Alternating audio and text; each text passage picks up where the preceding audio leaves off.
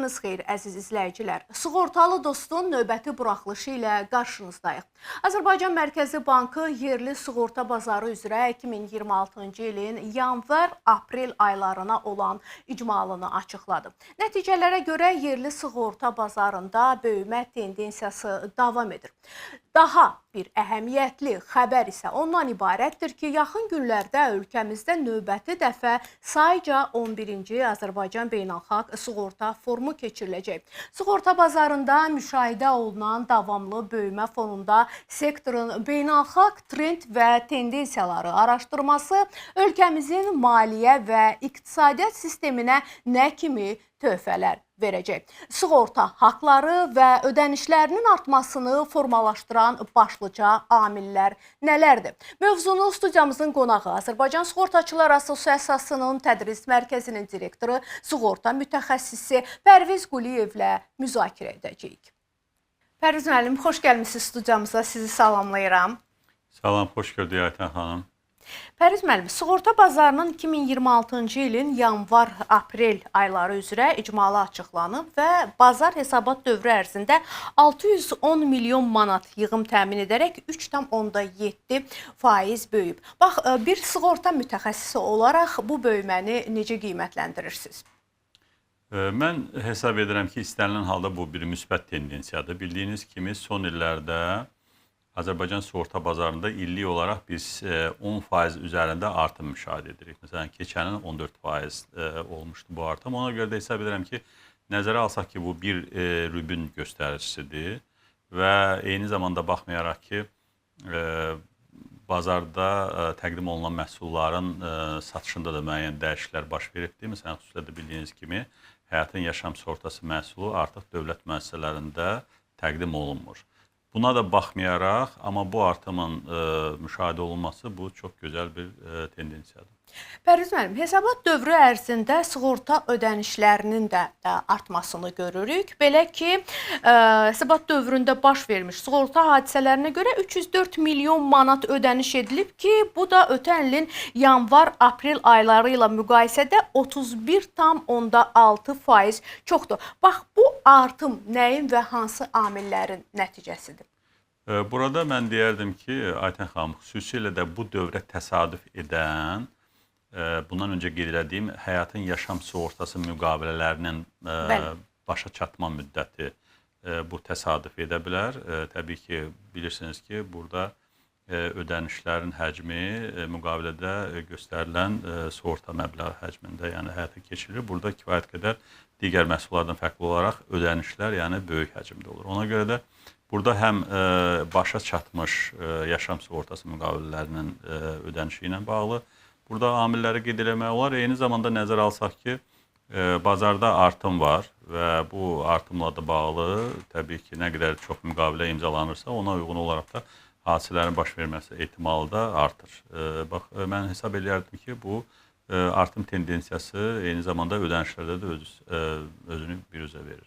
Siz həyat sığorta növləri haqqında danışdınız qısa olaraq və yığımlarda həyat və qeyri-həyat sığorta bazarının icmal nəticələrinə nəzər yetirsək görürük ki, hesabat dövründə həyat sığortası bazarı 9,9% və qeyri-həyat sığortası bazarı isə 4,7% böyüyüb. Bax, ayrı-ayrılıqda səcəlləndirsək və müqayisəli təhlil aparsaq, vətəndaşlarımızın həyat və ayrılıqda qeyri-həyat sığortası növlərinə marağı və yanaşmasını necə qiymətləndirmək olar?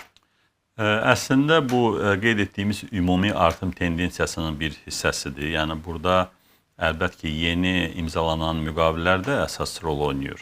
Eyni zamanda, məsələn, həyat sığortasında siz qeyd etdiyiniz kimi daha çox artım müşahidə olunur, nəinki qeyri-həyat sığorta sinifləri üzrə. Ona görə də belə çıxır ki, burada da həyatın yaşam sığortası hansı ki, könüllü məhsul olaraq o kommersiya qurumlarında çalışan əməkdaşlar üçün aktiv olmaqda davam edir və yeni müqavilələrin sayı artır. Yəni, bu da təbii ki, artıma təsir edir. Eyni zamanda yeni müqavilələr imzalanır. Əlbət ki, burada yeni müqavilələr fərqli sığorta sinifləri ilə bağlıdır. Ona görə də həm həyatda, həm qeyri-həyatda artımı mən xüsusilə də əlaqələndirəm yeni müqavilələrin imzalanmasına. Bu da çox yaxşı bir tendensiyasıdır. Deməli, illərlə aparılan maarifləndirmə strategiyası, təbliğat, yəni bunlar öz deməli bəhrəsini verir. Yəni bu artımın əsas mən deyərdim ki, səbəbləri bununla bağlıdır. Yəni düşünürsünüz ki, artıq vətəndaşımız sığorta məhsulları haqqında daha çox məlumatlıdır və sığorta məhsullarının bir növ faydasını gördüyü üçün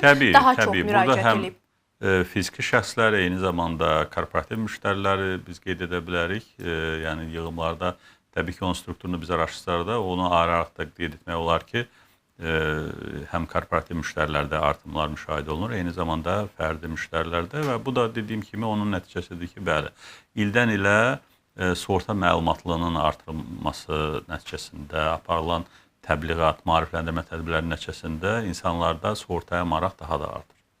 Bərizən, siz də cavabınızda həyatın yaşam sığortası barədə və bu sığorta növünün hazırda lokomotiv növlərdən, sığorta bazarı üçün lokomotiv növlərdən biri olduğunu qeyd etdiniz və mən elə həm sizin, həm də tamaşaçılarımızın diqqətinə sözü gedən növlə bağlı yığımlar haqqında hesabat dövrü məlumatlarını çatdırmaq istəyirəm. Belə ki, sözü gedən məhsul üzrə yığımlar hesabat dövründə 15,2%, ödənişlər isə 40,7% artıb. Yəni burada da bir artım müşahidə etmişik. Elə həyatın yaşam sığortasından danışsaq, bax bu məhsulun üstünlükləri, nə üçün vətəndaşımız, insanımız bu məhsula müraciət etməlidir? Bu barədə nə deyə bilərsiniz?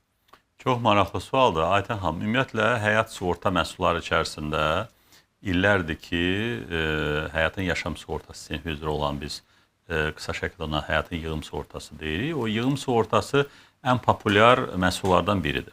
Bunun üstünlüyü təbii ki, digər siniflərdən ondan ibarətdir ki, bu bir investisiya məhsuludur. Yəni, bura qoşulmaq üçün mütləq şəkildə insanlar hansısa bir şəkildə əmək müqaviləsi olmalıdır, çalışmalıdır və ailə olaraq aldığı əmək haqqında müəyyən bir məbləğ, indiki qaydalarla maksimum 45% həcmində bura qoşulmaq mümkündür. Bir yığım baş verir, yəni minimum 3 illik bir müqavilədir. Belə çıxır ki, 36 ayın nəticəsində toplanan məbləğ bütöv şəkildə sığortalıya qaytarılır. Eyni zamanda sığortalının burada marağı ondan ibarətdir ki, həmin o ödənilən məbləğin içərisində olan vergiyə gedəcək, yəni deməli gəlir vergisinə cəlb olunacaq məbləğ, eyni zamanda sosial müdafiə ayırması ki var, biz hal-hazırda onu da həm özəl şirkətlərdə bu bilirsiniz ki, təxminən deməli 25% həcmində olur. Yəni həm işə götürənin hesabına bu ödənilir, eyni zamanda sığortalının özünün əmək haqqısından bu ödənilir. Belə çıxır ki, toplam 25% həcmində bir gəlirlik var. Düzdür, əvvəlki illərdə vergi məcəlləsində dəyişiklik baş verənə qədər bu gəlirlik daha yüksək idi. Amma bu son illərdə hal-hazırda mövcud qaydalara görə ancaq özəl şirkətlərdə çalışanlar bu məhsula qoşula bilərlər. Bunu öncə də qeyd etdim. Ona görə də burada gəlirlik 25% həcmində minimum təmin olunur. Əlavə olaraq sığorta şirkəti burada bir təxminən 3% həcmində əgər manatla müqavilə imzalanıbsa əlavə gəlirlik təmin edir. Təxminən belə çıxır ki, 28% həcmində bir gəlirlik var. Bunu da müqayisə etdiyimizdə digər başqa instrumentlərlə bu çox yüksək gəlirlikdir. Yəni ən azı biz müqayisə etsək ki, bank depozitində biz nə qədər qazana bilirik? Burada təxminən gəlirlik 10%, 11% civarında olur. Ona görə də gördüyünüz kimi həmin sığortalıları, yəni buna qoşulan sığortalıları maraqlandıran birinci bu məhsulun yüksək gəlirli olmasıdır. Eyni zamanda bu bir sığorta məhsuludur. Yəni burada üstünlüklərdən biri də ondan ibarət ki, təbii ki, sığortanın öz qaydaları var. Burada ölüm riski də var. Yəni sığortalının hər hansı bir səbəbdən əgər müqavilə dövründə həyatını dəyişmiş olarsa, orada nəticə etibarilə nəzərdə tutulmuş son deməli hədəf məbləğ nədirsə, yəni 3 ilin tamamında nəyi almalı idisə sığortalı, o müddətin ortasında və yaxud da hansısa bir hissəsində 3 ilin tamam olması artıq gözlənilmir. Yəni o hədəf məbləğ onun ailə üzvlərinə və yaxud da varislərinə ödənilir. Ona görə də bu da bir təbii ki, sığorta fəlsəfəsidir. Yəni üstünlükləri əsas ondan ibarətdir ki, dediyim kimi çox yüksək gəlirli bir investisiya instrumenti kimi, yəni bunu tanıyan, bilən insanlar, vətəndaşlar bunu dəyərləndirirlər. Ona görə də bura ildən ilə artım müşahidə olunur, yəni qoşulanların sayı çoxalır. Və bu məhsulun xüsusiyyətlərindən biri də odur ki, adətən sığortaçılar və sığortalılar ödənişi almaq üçün hər hansı bir sığorta hadisəsinin baş verməsini gözləyirlər, amma bu məhsulda bir növ deyək, sığorta hadisəsi gözəlliklə baş verir. Yəni hər hansı bir bədbəxt hadisənin yaxud xoşagəlməz hadisənin, qəzanın baş verməsinə ehtiyac olmur. Sadəcə təyin olunmuş zaman bitir və vətəndaş sığorta ödənişini almış olur. Bəli, tamamilə haqlısınız. Yəni sığorta dilində elə ödənişin verilməsi özü də hadisə adlanır. Yəni amma xoş bir hadisədir. Digər sığorta növlərindən fərqli olaraq. Bəli, artıq sığortalı heç bir çətinliyə düşmür. Xüsusilə ona görə də bu növ mən deyərdim ki, həm sığortaçılar arasında, həm də sığortalılar arasında ən sevilən və ən pozitiv yadda qalan növlərdən biridir. Digər bir populyar növ haqqında da sizə sual vermək istəyirəm. Pərviz müəllim, bu təbii ki, avtoicbari növdür. 100%-ə yaxın bir penetrasiyası müşahidə olunur bu növlə bağlı ölkəmizdə və bu çox yaxşı haldır. Və bu növlə bağlı da bir rəqəmi tamaşaçılarımızın diqqətinə çatdırmaq istəyirəm. Hesabat dövründə 57,5 milyon manat təşkil edib bu növ üzrə demək sığorta yığımları. Bu artımın formalaşmasında səbəbləri bir sığorta mütəxəssisi kimi nələrdə görürsünüz? Ümumiyyətlə avtoicbari növün bizim sığortalılarımıza verdiyi üstünlüklər nədən ibarətdir? Əlbəttə ki, burada artım, siz öncə qeyd elədiniz ki, bu yeganə bizdə olan sığorta məhsuldur ki, burada 100% penetrasiya var. Yəni, aidiyyəti olan bütün şəxslər, xüsusilə də konkret məhsuldan söhbət gedirsə, avtonəqliyyat vasitələri sahibləri bunu mütləq şəkildə almalıdır. Ona görə ki, biz sığortasız küçəyə yola çıxdığımızda avtomatik olaraq biz deməli, yol polisi tərəfindən saxlanıla bilərik, cərimələnə bilərik. Ona görə də burada nəzarət mexanizmi də rol oynayır ki, burada 100%li bir penetrasiya var. Çünki digər başqa bildiyiniz kimi icbari sığorta növlərində belə bir penetrasiya yoxdur. Ona görə də burada artım bir mənalı şəkildə onunla bağlıdır ki, ölkəyə gətirən avtomobillərin sayı son illərdə çoxalıb. Yəni yeni avtomobillər, yeni avtomobillərdən söhbət gedir. Yəni həm yeni, həm istifadədə olmuş avtomobillər, təbii ki, bildiyiniz kimi müəyyən bir məhdudiyyət var ki, o ildən aşağı buraxılış olan avtomobillər ölkəyə buraxılmır. Bildiyiniz kimi bu standartlar artıq bizdə tətbiq olunubdur. Amma xüsusilə də son illərdə Azərbaycana gətirilən avtomobillər, xüsusilə də ən çox bildiyiniz kimi Çin istehsal olan avtomobillərdir ki, bunlar çox rəqabətli avtomobillərdir. Onların xüsusilə kütləvi gətirilməsi nəticəsində Azərbaycanda avtomobil parkının sayı artıb və bunun da nəticəsində bildiyiniz kimi avtomobilin icbari sığortası, yəni bir məhsul olaraq daha çox satılır və ondan toplanan təbii ki, sığorta yığımları da avtomatik olaraq daha çox artım tendensiyasında müşahidə olunur. Bu əslində daha çox sığortalıların sevdiyi bir məhsul olmalıdır. Çünki birbaşa olaraq öz məsuliyyətlərini sığortalayırlar və bu zaman hər hansı bir qəza zamanı özlərini sığortalamış olurlar və qarşı tərəfə vurulan zərər bir növ onlara vurulan maddi zərərə çevrilmir. Amma avto sığorta ilə bağlı daha bir növ və düşünürəm ki, əslində sürücülərin yetərincə çox sevdiyi və son zamanlarda da aktivliyi, sığortalanma aktivliyi artan bir növ də bu kasko sığortalardır. Kasko sığortalarla bağlı nə deyə bilərik? Mən bir rəqəmi də nəzərinizə çatdırım. Belə ki, bu sığorta növü üzrə 23 milyon manat sığorta haqqı toplanıb. Bu yəqin ki, o deməkdir ki, artıq kaskoya müraciət edən sürücülərin sayı artıb. Əslində mən kasko ilə bağlı çox da nikbin danışmazdım. Çünki kasko sığortasında bizim mövcud avtoparkın əgər sayına nisbətdə baxdığımızda təxminən statistika onu deməyə əsas verir ki, təxminən 3% həcmində bir avtomobillərin kasko sığortası var. Yəni bu, məsələn deyək ki, qonşu Türkiyə ilə müqayisə etdikdə orada bu rəqəm təxminən 30%-ə yaxındır. Təbii ki, Avropa dövlətlərinə biz getdiyimizdə orada daha yüksəkdir. Məsələn, xüsusilə də deyək ki, Qərbi Avropada bu rəqəm hətta bəzi ölkələr var ki, orada 100%-ə yaxındır. Məsələn, deyək ki, Almaniyada kasko sığortası, xüsusilə də orada bir məşhur deməli məhsul var, hansı ki bizim icbari kimi tanıdığımız avtomobilin icbari sığortası, yəni üçüncü tərəf qarşısında məsuliyyət sığortası ilə kasko sığortası bir yerdə satılır, bir məhsuldur. Yəni bu həm eyni zamanda o sürücülərə imkan verir ki, öz məsuliyyətini sığortalasın. Eyni zamanda kasko sığortası bildiyiniz kimi bu bir gövdə sığortasıdır. Burada da avtomobilin digər başqa risklərinin sığortası nədir? Ona görə də bizdə bunun üçün mən hesab edirəm ki, hələ də biz çox işlər görməliyik, xüsusilə də kasko sığortasının təbliğatı ilə bağlı.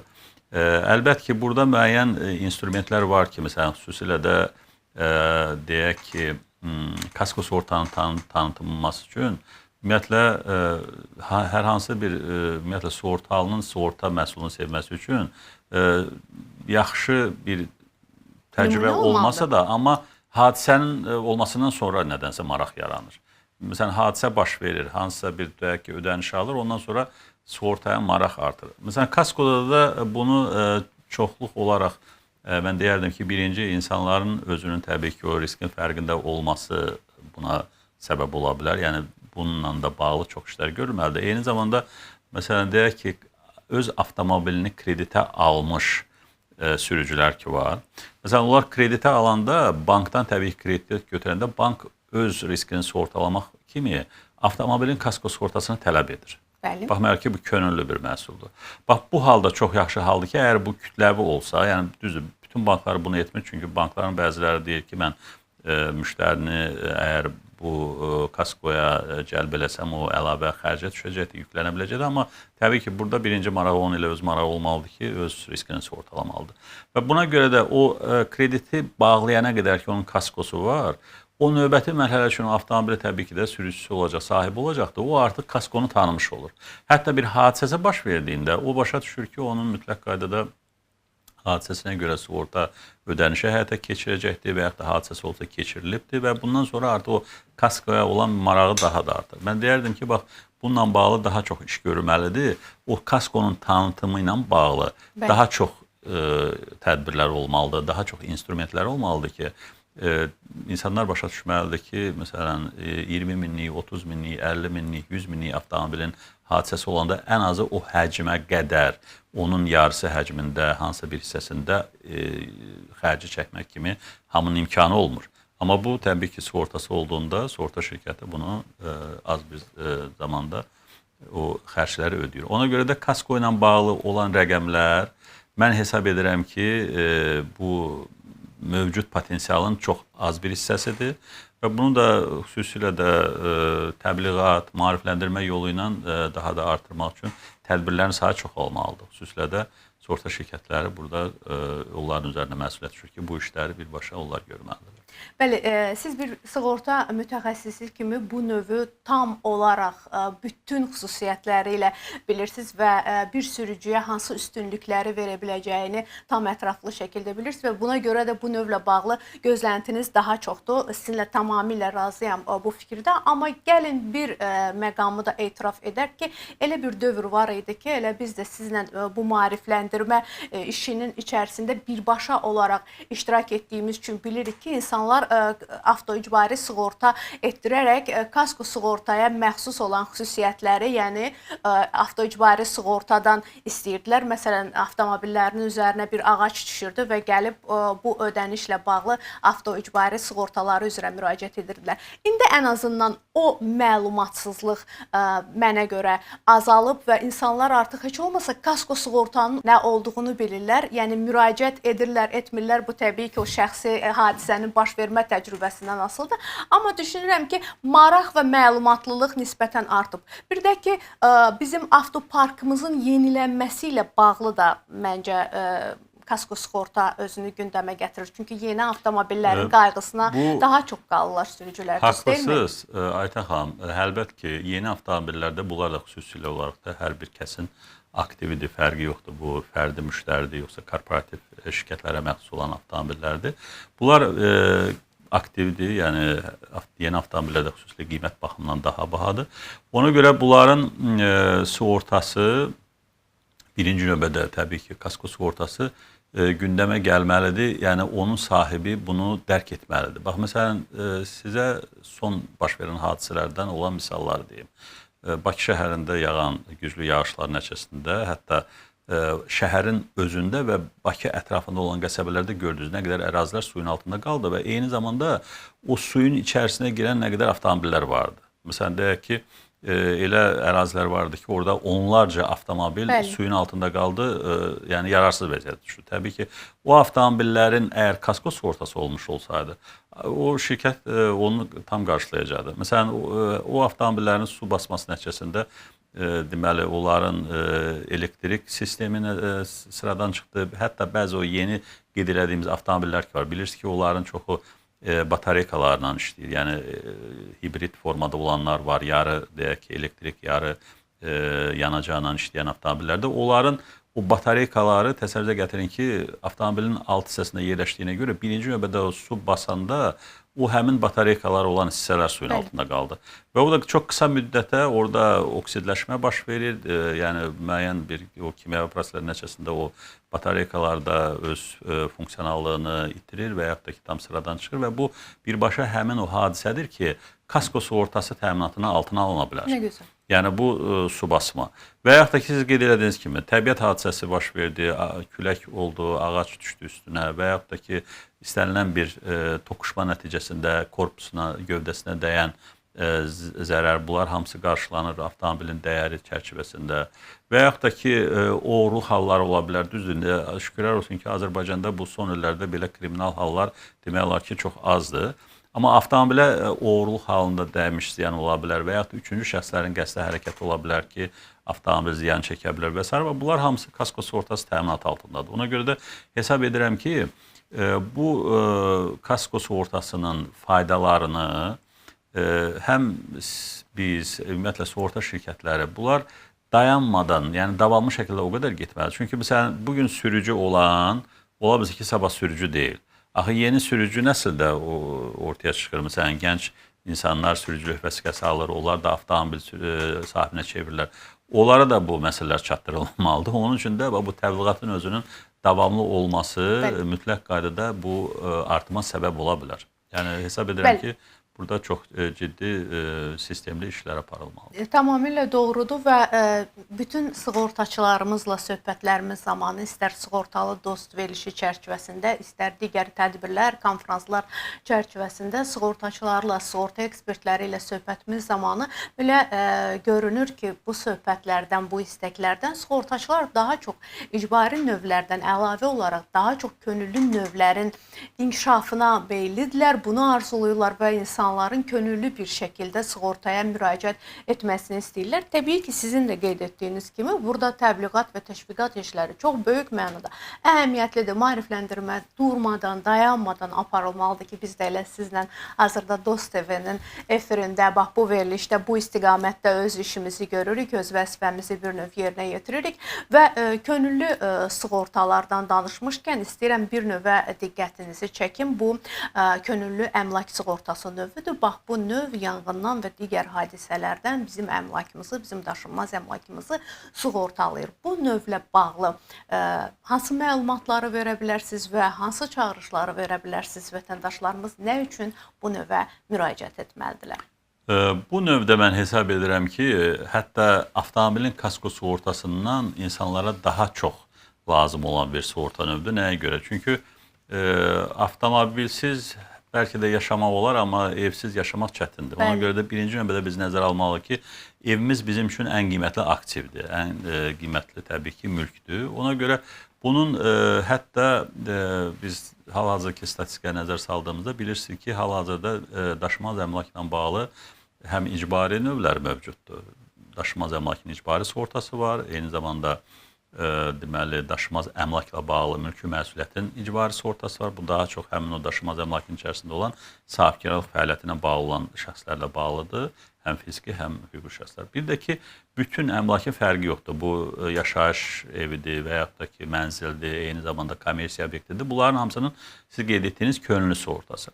Təbii ki, könüllü sığortanın üstünlükləri ondan ibarətdir ki, könüllü sığorta birinci növbədə əmlakın bütöv dəyərini sığortalayır. Yəni, əmlakın dəyəri nədirsə, bazar dəyəri həcmində sığortalanır. Məsələn, tutalım ki, icbari əmlak sığortasında yaşayış mənzillərində məhdudiyyət var. Məsələn, deyək ki, bölgələrlə bağlı Bakıda Bakı maksimum şəhərində 25 başqa, mindir, bəli, tətbiq bölgələrdə olunub, məsələn deyək ki 15 mindir, Sumqayıt, Naxçıvan, Gəncə şəhərlərində 20 mindir və s.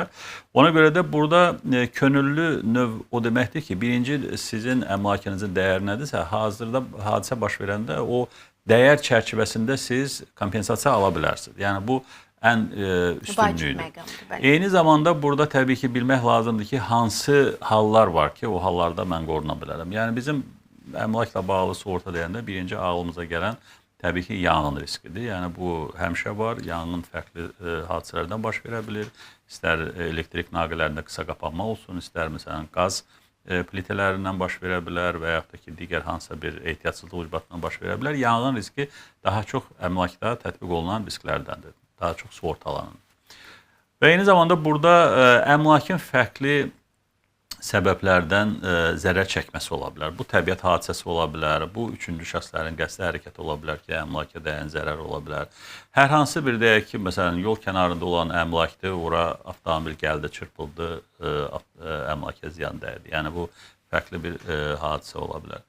Sonra deyək ki, su basma, hansı ki, bax, bundan öncə qeyd etdiyimiz avtomobillərlə bağlı olan risk birbaşa həmin o əmlaklara da aiddir. Nəyə görə? Çünki gördüyünüz kimi nə qədər ziyan çəkdi. Bizim xüsusilə Bakı ətrafında olan bəzi qəsəbələr vardı ki, orada bax bu su kanalizasiya sisteminin deyək ki, işlək vəziyyətdə olmaması və yaxud da ki, yağıntının deyək ki, həcminin artıq olması ona gətirib çıxardı ki, o su lazım olan vaxta axıb getmədi, evlərə ziyan dəydi və birinci növbədə təbii ki, o evlərin birinci mərtəbəsində yaşayış əraziləri, eyni zamanda həm də tək yaşayış mənzilləri evlərindən başqa bildiyiniz qədər bəzi ticarət mərkəzləri vardı ki, orada kommersiya obyektlərdə çox ciddi ziyan çəkdi və yaxud da ki, o həmin mülkiyyətin, həmin əmlakın içərisində olan əmlaklar var idi, şəxsi əşyalar vardı, bunlar da çox ciddi ziyanla qarşılaşdı. Ona görə də bax, bu risklər həmişə gözləniləndir.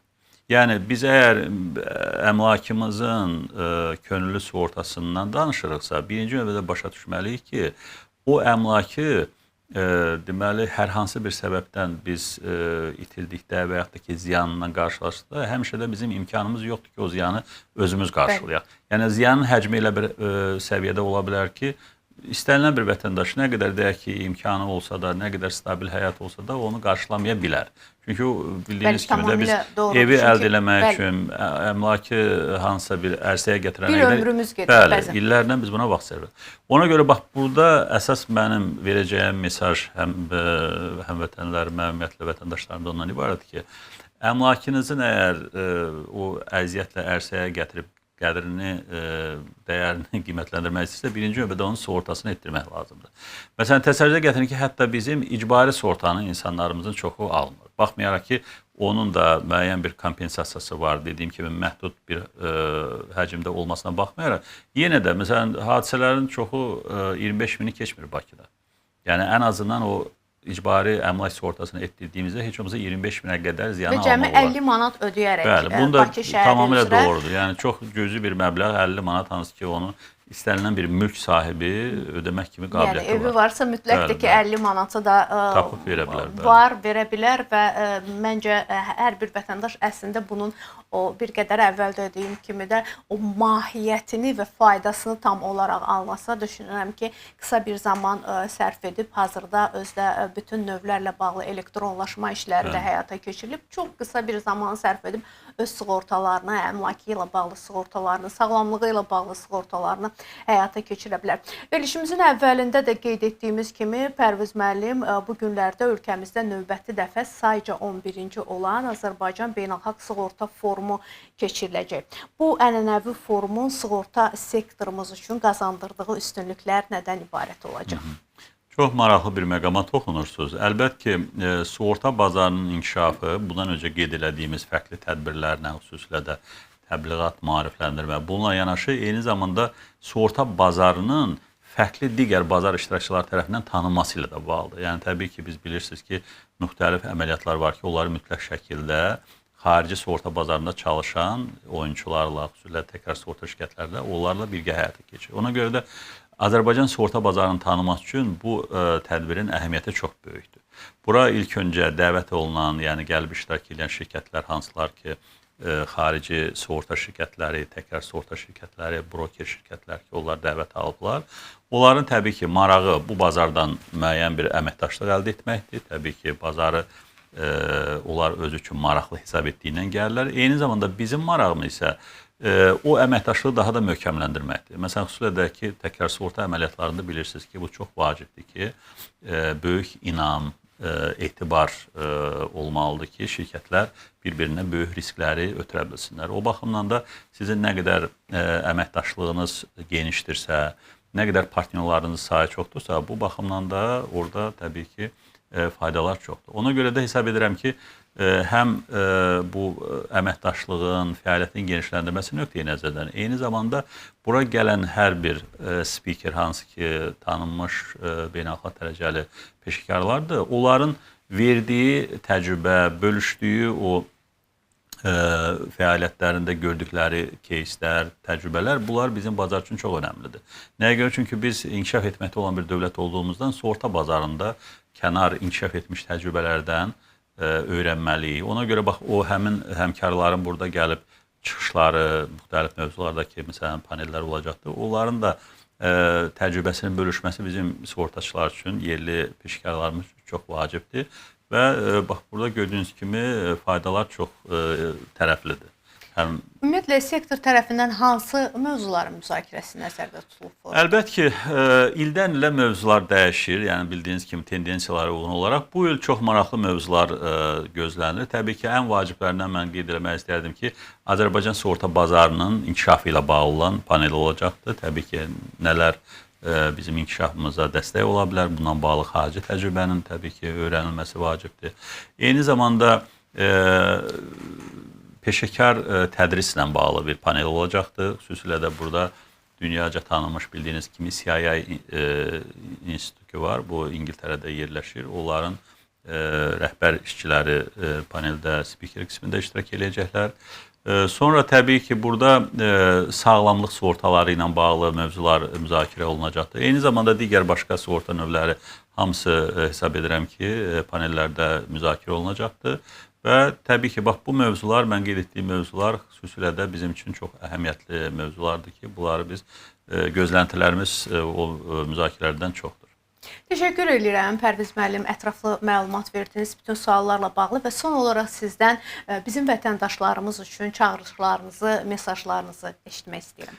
Əlbəttə ki, bu mənim ən çox xoşladığım sualdır. Yəni, bu sualı sizdən çox eşitmişəm. Eyni zamanda da təbii ki, mən özüm bir sığortaçı olduğum üçün, sığortanı sevdiyim üçün mən istəyərdim ki, bizim vətəndaşlar fərqi yoxdur. Uşaqdan böyüyə qədər hamı sığortaya maraq göstərsin. Birinci, bunun marağın fəlsəfəsini başa düşək ki, bu sığorta bizi gələcəkdə baş verən zərərlərdən qoruyur. Bir müdafiə elementidir. Yəni, biz müdafiə elementini çox baha qiymətə almırıq. Ona görə də, bax, burada istər əmlakımızın sığortası olsun, istər avtomobilinizin sığortası olsun, istər məsələn, hansısa bir səfərə gedirik, səfər sığortası olsun, sağlamlıqla bağlı olan sığortalar olsun, müxtəlif biznesin məsuliyyəti ilə bağlı sığortalar olsun, bunlar hamısı çox önəmlidir.